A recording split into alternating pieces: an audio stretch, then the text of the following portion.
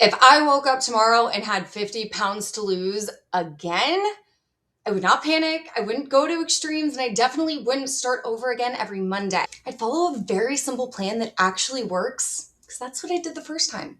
Most people don't fail at fat loss because they don't know what to do. They fail because they don't stick to what works. They try and lose weight as quickly as possible. They overcomplicate things. They self-sabotage, let limiting beliefs and excuses keep them stuck. They fail because they don't stick to what actually works. They want that shortcut. Girl, I want that shortcut too, don't we all? But even with the GLP-1, you still have to be patient. It still takes a while to lose weight.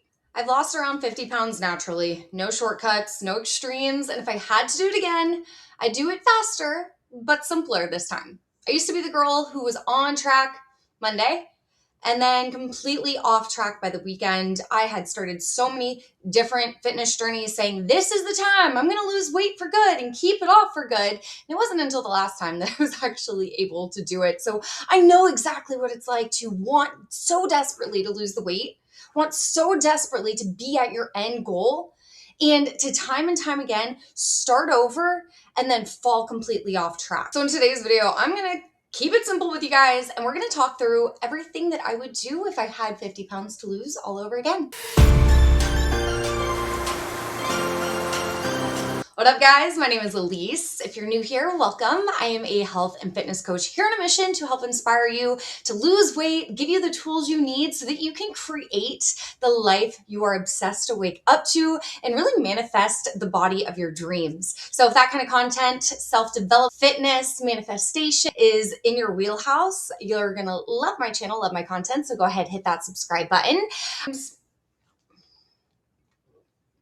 First thing first, I'd stop guessing and start tracking. I'd figure out my calories and track them consistently, not necessarily perfectly, because here's the truth nobody wants to hear. I mean, you can eat clean, healthy, organic, vegan, vegetarian, whatever diet you want to go on, you can eat that way and still not lose weight. Weight loss, fat loss is calories in versus calories out. We do need to be tracking our food to know whether we are in track or not towards reaching our overall goals. I would start super small though, not a huge deficit. I wouldn't try and cut as quickly as possible. Again, we all know the person, maybe you've done it yourself, where you just want to lose weight as quickly as possible.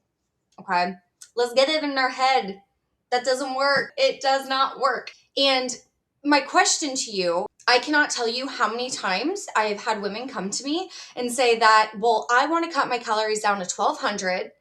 That's worked for me in the past. I want to eat as little as possible. I want to lose as much weight as quickly as possible. I want to get to my goal. I want to be at my goal tomorrow, Elise. Like, hello. My rebuttal always is, all right, Janet, well, if that worked for you last time, why are we in this predicament now where you're coming to me wanting to lose weight? If that extreme low calorie diet worked for you previously, we wouldn't be having this conversation. You wouldn't need to lose weight. You would have done it successfully the first time. So that clearly didn't work. Let's get those low calorie diets, that restrictive mindset out. And we're going to try something new this time. Seriously. If you feel like you have tried losing weight, if you've cut your calories, if you've even been on a GLP-1 to come off of it and gain all that weight back, what you've done in the past clearly hasn't worked. And that's okay, but let's be honest and admit defeat to that, because hello, you don't have to stay stuck.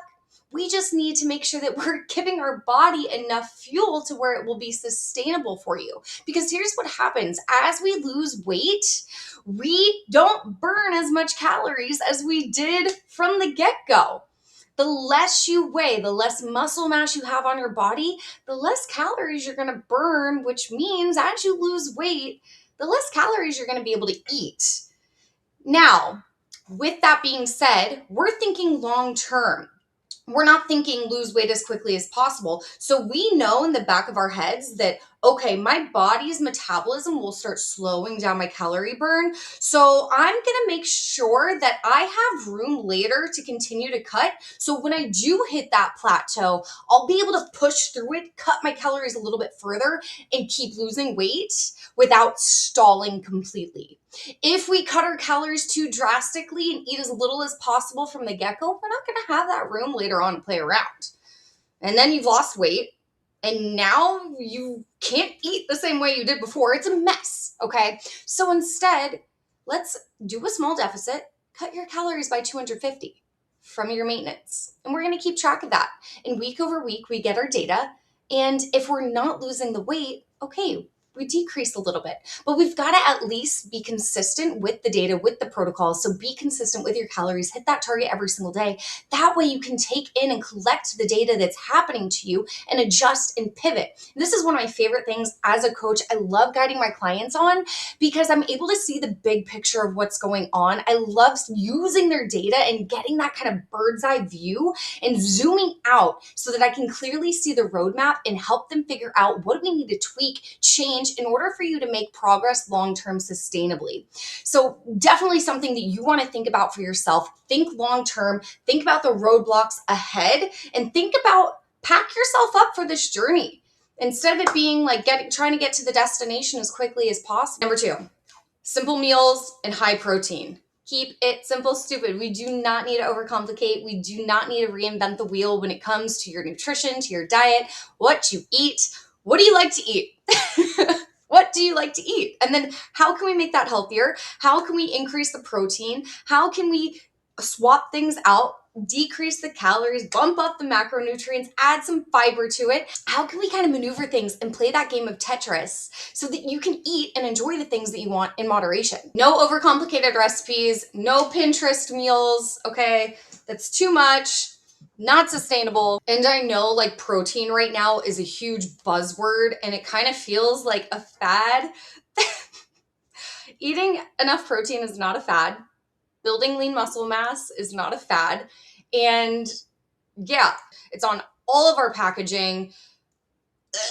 Thank you, big food. But with that, when I say eat high protein, I'm not talking about go to Publix and get every single prepackaged, ultra processed food that says high protein slapped on it. Okay. I'm talking, can you get 20 to 40 grams of whole food sourced protein per meal? Those fun packaged things that are marketing high protein, one, it's still all garbage and junk. It's got a list of 50 ingredients on it, so it's not going to make you feel good, okay? It's just the latest buzzword. I guarantee you fiber will be next. But high protein from whole foods. Can you keep your meals simple? Can you come up with repeatable meals that you can have on deck, that you know the macros for? What can you do to make this as simple as possible for yourself? For instance, I just got done making lunch. I had a bunch of big old ground beef, some white rice, some lettuce, some corn, some beans. What else? Oh, and a little bit of salsa. That's it. Boom, bang, done. 350 calories, 40 grams of protein. I got some micronutrients, some fiber in there, and I'm good to go. And you know what? That meal, because of the 40 grams of protein, is going to sustain me for hours. And then on top of that, it's also going to help me build my muscle mass. I'm hungry. I'm building my muscle mass. It's a win-win. The less decisions you have to make, the easier it's going to be consistent. There's nothing wrong with chicken and rice or chicken and broccoli. There's nothing wrong with a protein shake, something quick. There's nothing wrong with eating leftovers from the day before. All right, let's talk daily movement. We all know steps, okay? Personally, 12 to 15,000 steps a day is what I'm averaging if I'm in a fat loss phase. 10,000 is the normal standard. Yeah. And I know we all hear 10,000 steps and we think that that's like golden. If you're getting 4,000, 10,000 is amazing. Okay. But if we're really trying to decrease your body fat, and if you're serious, you need to become obsessed with your goal. We are eating, breathing, living your goal, your new lifestyle that you're creating. And so going for that walk, making that a priority, moving your body as much as you can, so that we don't end up back in the same place that got you to having to embark on this new journey. So yeah, I would hit 12 to 15K steps. And before you say that's a lot, this is the difference between struggling to lose weight and it actually working. Steps are not cardio. Steps don't spike your hunger like intense cardio does, and they don't burn you out. It's the most underrated fat loss tool, period. Number 4, we gotta strength train. We're lifting to shape your body. Muscle mass gives you that toned look that everyone says that they want. Because losing weight without muscle, that's how people end up skinny but not toned, kind of that skinny fat. So we want to build your shape in the gym. You don't need to kill yourself in the gym. You just need to be consistent, and we need to prioritize progressive overload. So following the same program and really intentionally pushing the weight, increasing your weight week over week, or increasing your reps week over week, slowing a movement down, having more time under tension. All of those are ways and tools that we're going to be able to show your body, hey, I'm asking you to do something that you're not currently capable of doing in your current state. I'm going to need you to grow. So what is your body going to do? It's going to break that muscle tissue down and repair it so that you are stronger and have more lean muscle mass for the next time. But if we don't get to that point of fatigue from a muscular endurance standpoint as we're working out, your body is never going to change. So if we're still doing the same 10-pound bicep curls we've been doing the past 10 years, your results aren't going to change. Why do we expect to see different results if we're still doing the same things we've been doing all the time? So gut check, very intentionally, can you do one more rep? Always ask yourself that. Can I do one more? Push one more. That is going to be the difference between you working out, lifting weights, cutesy girly, whatever, la la la, and you actually building the body of your dreams, the body that you want. Okay, last thing, we got to stop this Monday reset cycle. You are better than this. You're better than this. This is where it changes everything. This is where everything changes. So I wouldn't start over again every Monday. I'd stop quitting every Friday. That loss doesn't happen on your perfect days. It happens on your normal, random, slightly messy days. So if you mess up, you don't restart, you just keep going. To go along with this, get off the scale every single day. Daily, those fluctuations don't help. Okay, so if you're gonna get on the scale first thing in the morning, and if the number on it is not gonna be what you wanna see and it's gonna mess up your whole day, what are we doing? This will also help you get out of the mindset of having to lose weight as quickly as possible. So instead, I would recommend weighing yourself every week or every 2 weeks at the same time on the same day. That way you're able to kind of get that data and have an idea. And that way too, we don't get so hard on ourselves if we do have a messy day. Because then we don't have to see that messiness the next morning. We can just say, you know what? Today's a clean slate. I'm starting fresh. One day, one bad meal is not going to throw me completely off. I have my weigh-in coming up in 2 days. I'm still going to make. Now, working with clients, I've got their back. So I have my clients weigh in every single day. That way I'm able to see those fluctuations as their coach to be able to help best guide them, as long as that's something that they're comfortable with and it's not messing them up mentally.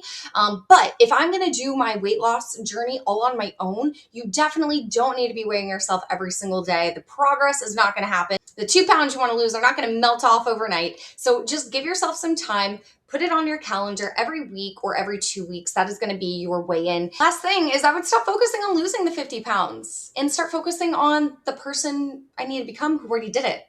The girl who lost weight, she doesn't debate her workouts. She doesn't negotiate with cravings.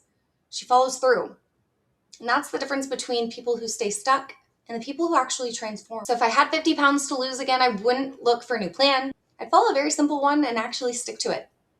And if you're stuck in that cycle of starting over every week and you need more information, more accountability, you can go ahead and click the link in my description and apply for one-on-one coaching. I am currently taking on new clients for the month of May. Really excited to begin working with some awesome women on their goals coming up for this summer. It's time to get in the best. And if not, what is one thing you're going to do today to show up as your higher self? Go ahead, comment below so I can cheer you on and send you all the good vibes. Hope you guys have a great day.